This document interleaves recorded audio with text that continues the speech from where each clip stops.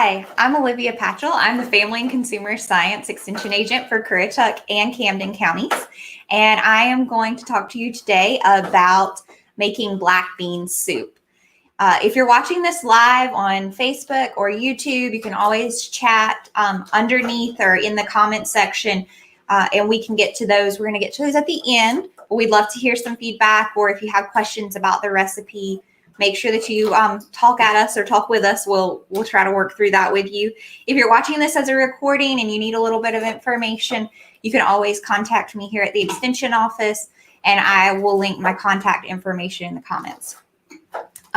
So before we get started, I just wanted to talk a little bit about knife safety. Here is just a typical knife, remembering that knives are best if they are sharp. A dull knife is going to be a dangerous tool. When you hold your knife, you want to make sure that you get a nice pinch grip. And then when you're holding it with the other hand, you want this nice claw. So Sheila over here is just demonstrating that while she is dicing, she's actually chopping our carrots and celery. So for this recipe, we start by chopping the carrots and celery and onions. And you'll hear in the background, we're beginning to saute those onions to get them translucent and ready.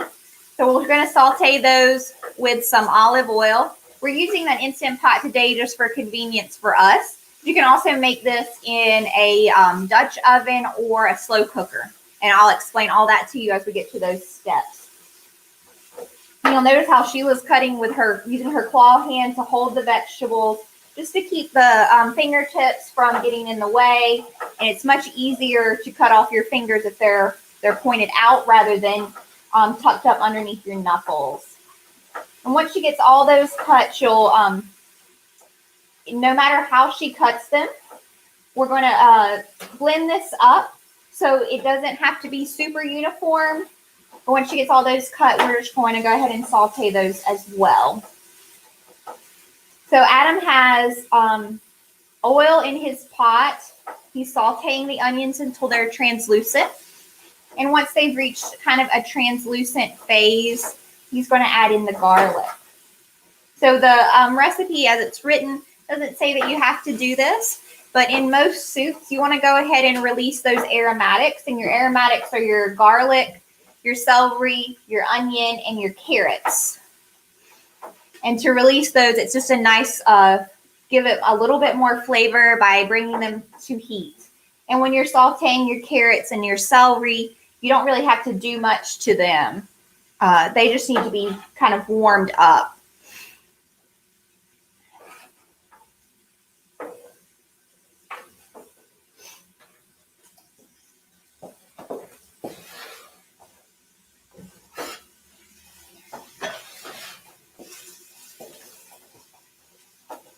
And then garlic is kind of a delicate seasoning, so you want to make sure that you don't heat it up too much. That's why we're adding it to the end of the onions. And then from that point, we're just going to let everything kind of sit and just get that nice, good smell. You can't smell it off camera, but here in the studio, it smells awesome.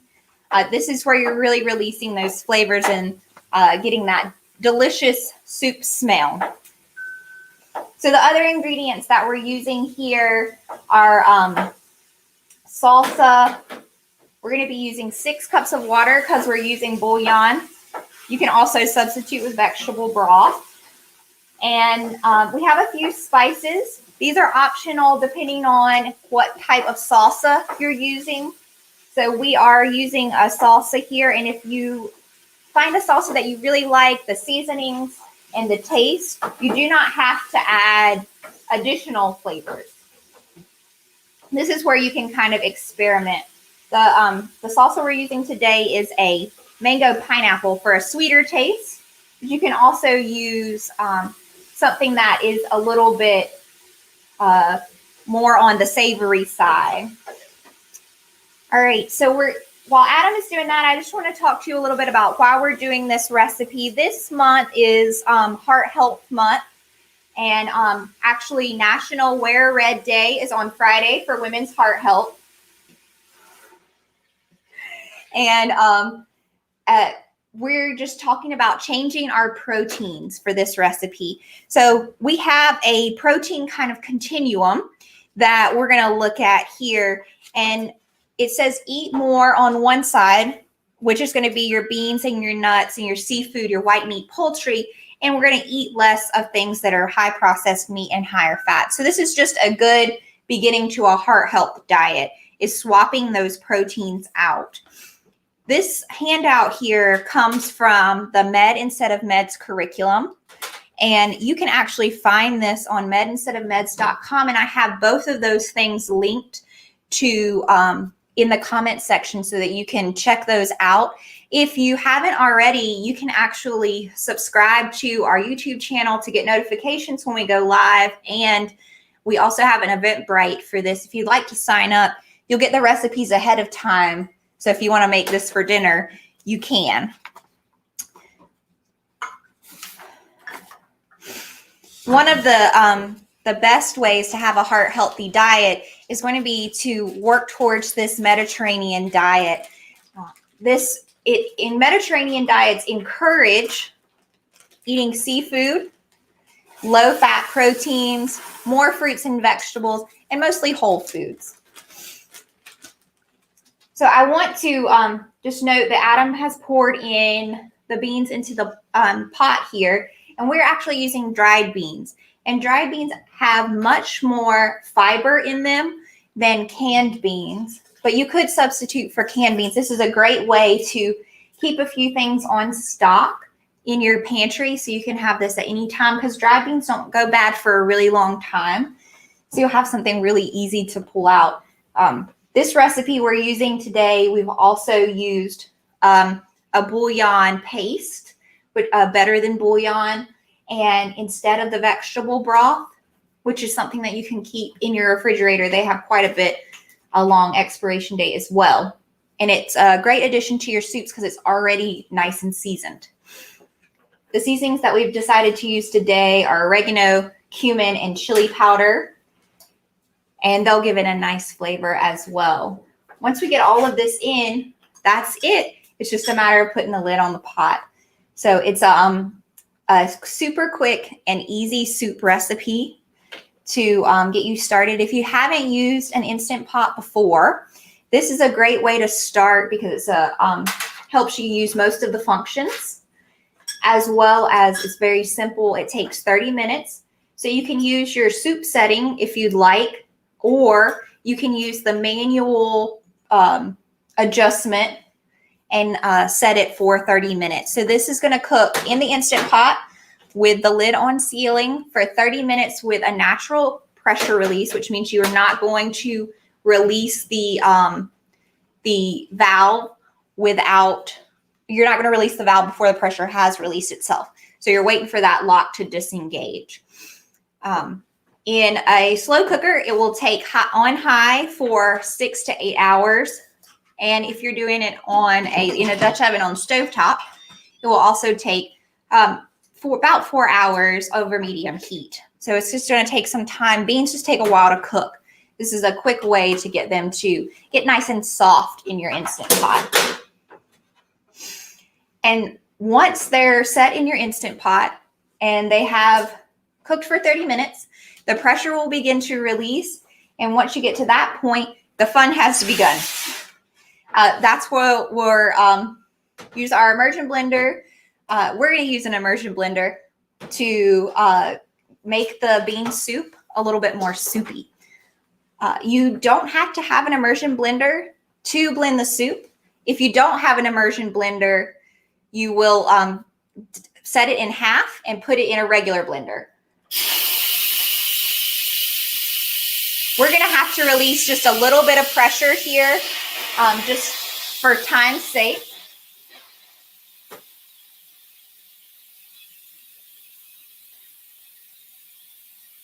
And remember, for safety reasons, the lock engages on an Instant Pot so that you cannot twist the lid while there's pressure on it so the lid does not kind of push off into your face. It's just very dangerous. So it's a great safety feature, even though sometimes it feels like it takes a long time. When you're cooking soups for about 30 minutes, the pressure that builds up in there is a lot. So it does take a little bit longer. It can take between 15 and 20 minutes to reduce that natural pressure. So that is part of your cook time. And you want to make sure that those beans are soft when you open the lid. If they're not soft, you can always put them back under more pressure, or you can let them simmer for a little while on the saute setting.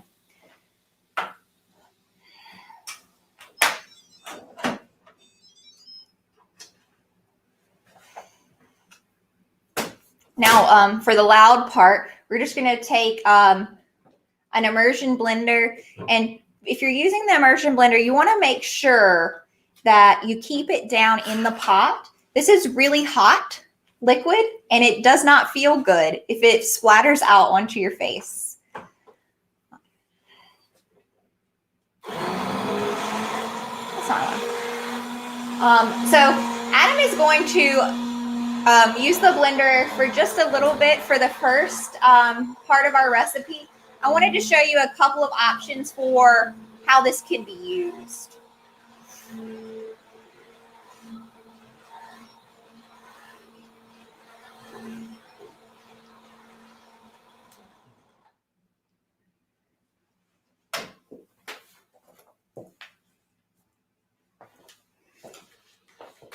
So for our first variation of this recipe, we only did a little bit of blending, and we're using it as a bean dip. So it does, as it cools off, get a little bit more solidified, and it's great with chips. We also use this in rice bowls as well. And you can always lessen the water if you feel like the recipe is too watery. I've kind of played with it and found that 6 cups of water, 4 being broth and 2 being just water, work really well for this recipe. But that's my preference. And then we're going to take some cojada. I hope that I am pronouncing that correctly. Cheese, and that is just a Mexican kind of sprinkling cheese, and it's very delicious. It's doesn't have a ton of flavor, but it's a traditional sprinkling cheese, kind of like a Parmesan for Mexican dishes, and a little bit of sour cream on top, again, for preferences. A great way to kind of give it a little bit of thickness if you need it, especially for the bean dip. And now we're going to go a little bit longer to make it into soup.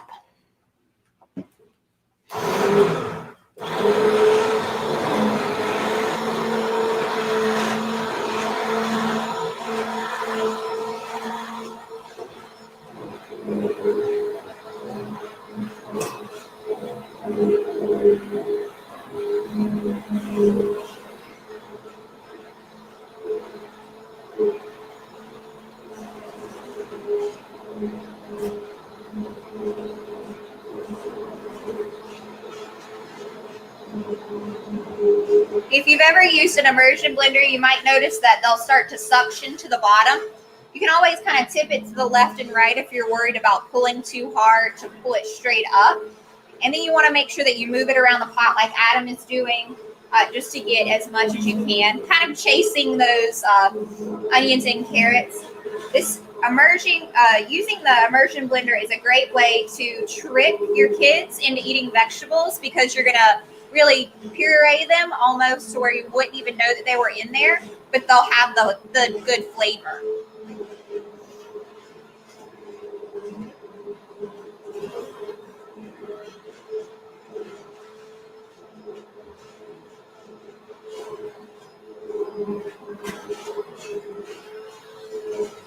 And I think that is probably good. I like to leave, this is a preference, of course. I like to leave a little bit of beans in there. If you do not like, I guess I used to call them chunkies when I was a little bit younger, in your soup, you can keep going. But just to give it a little bit of bite and a little bit of texture, you'll leave some of the beans whole, or a little less than whole. And we're also going to add a little cheese or a little and sour cream. This is an or. We are using light sour cream today, so to take away some of the fat. You can also substitute with Greek yogurt.